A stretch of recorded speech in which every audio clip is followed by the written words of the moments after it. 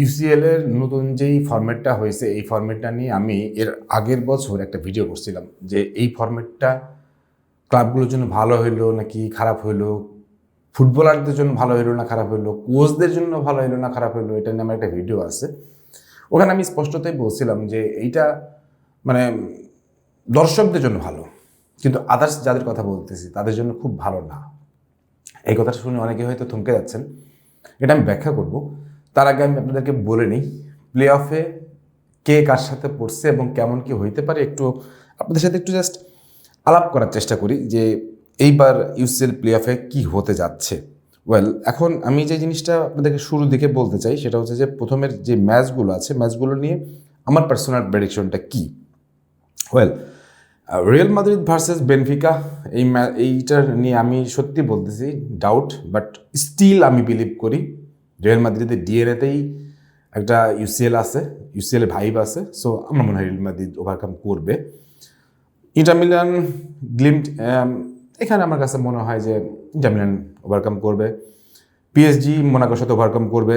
Newcastle কারাবাগের সাথে overcome করবে হয়তো। জুভেন্টাস গ্যালাতাসারাইয়ের সাথে ওভারকাম করবে। অ্যাটলেটিকো ক্লাব ব্রাগার সাথে করবে। আতালান্তা বর্ষা ডটমুন্ডের মধ্যে আমার মনে হয় বর্ষা ডটমুন্ড ওভারকাম করবে। বায়ার লেভারকুসেন ভার্সেস অলিম্পিয়াকোস হয়তো বায়ার লেভারকুসেন ওভারকাম করবে।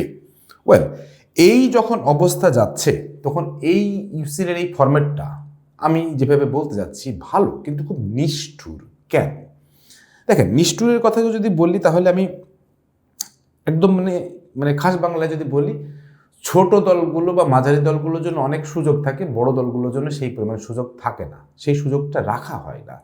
কারণ যে পরিমাণ ম্যাচ বড় দলগুলো এই প্লে অফের আগেই খেলে ফেলে বা প্লে অফ পর্যন্ত খেলে ফেলে, তার পরবর্তীতে গিয়ে খেলার মান পড়ে যাবে। কারণটা কি ওই সময়টায় গিয়ে অনেক খেলোয়াড় ইনজুর্ড হয়ে যাবেন, অনেক খেলোয়াড় রুলড আউট হয়ে যাবেন। সো ওই জায়গাটা থেকে আমার কাছে মনে হয়েছে যে এটা ছোট দল বা মাঝারি দলগুলোর জন্য আশীর্বাদ, বড় দলগুলোর জন্য না।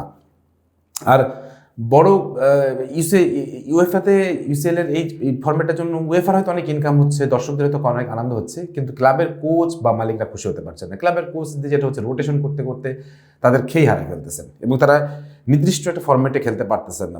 কোন ক্লাবের জন্য কি করতে হবে বা কাকে কাকে রেস্টে রাখতে হবে, কাকে কাকে খেলা রাখতে হবে, সেই জিনিসগুলো নিয়ে আসলে খুবই তারা কনসার্ন হয়ে যাচ্ছেন। আমার কাছে এটাও একটা খুবই বড় একটা ঝুঁকি হয়ে যাচ্ছে।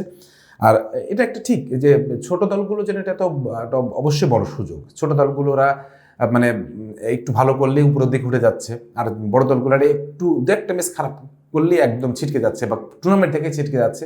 সো এই হিসাবে ভাবতে গেলে হ্যাঁ, প্রতিযোগিতা বাড়ছে, বাট নির্মমতা বাড়ছে, নিষ্ঠুরতা বাড়ছে। ইউসিএল এই ধরনের নিষ্ঠুরতা আগের বছর থেকে শুরু হয়েছে। সো ইউসিএল বেশ আমার কাছে মনে হয় খুব নির্মম এবং নিষ্ঠুর প্রতিযোগিতা হয়ে গেছে অন্তত পক্ষে এই লাস্ট 2 বছর।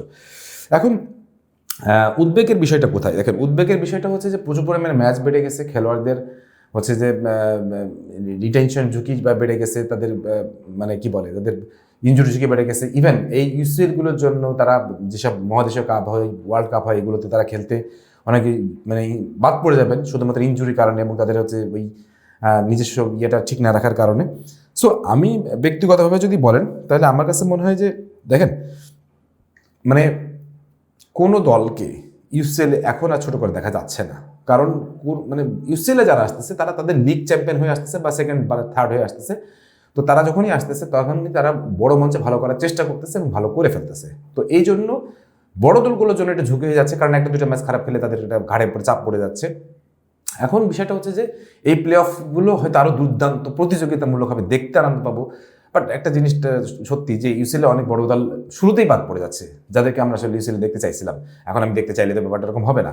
হ্যাঁ, আমি এটা অস্বীকার করতেছি না যে এই কাঠামোটা একেবারে খুব জঘন্য, খুব খারাপ, বাট এটাও সত্য ক্লাব কোচ বা আদার্সদের জন্য খুবই চাপ, খুবই কষ্টদায়ক। দর্শকদের জন্য উয়েফার জন্য বাণিজ্যটা খুব ভালো হয়েছে। এই বাণিজ্যের জন্য যদি আমাদের দর্শক, আমাদের খেলোয়াড় বা আমাদের কোচ, আমাদের ক্লাবরা যদি ধ্বংস হয়ে যায়, সেটা কিন্তু খুব ভালো দেখাবে না। আমার মনে হয় এই ব্যাপারটা আপনারাও ভেবে দেখতে পারেন। এ ব্যাপারে আপনার যদি কোনো মতামত থাকে সেটা অবশ্যই কমেন্ট সেকশনে জানিয়ে দেন। সবাই ভালো থাকেন, সুস্থ থাকেন, আল্লাহ হাফিজ।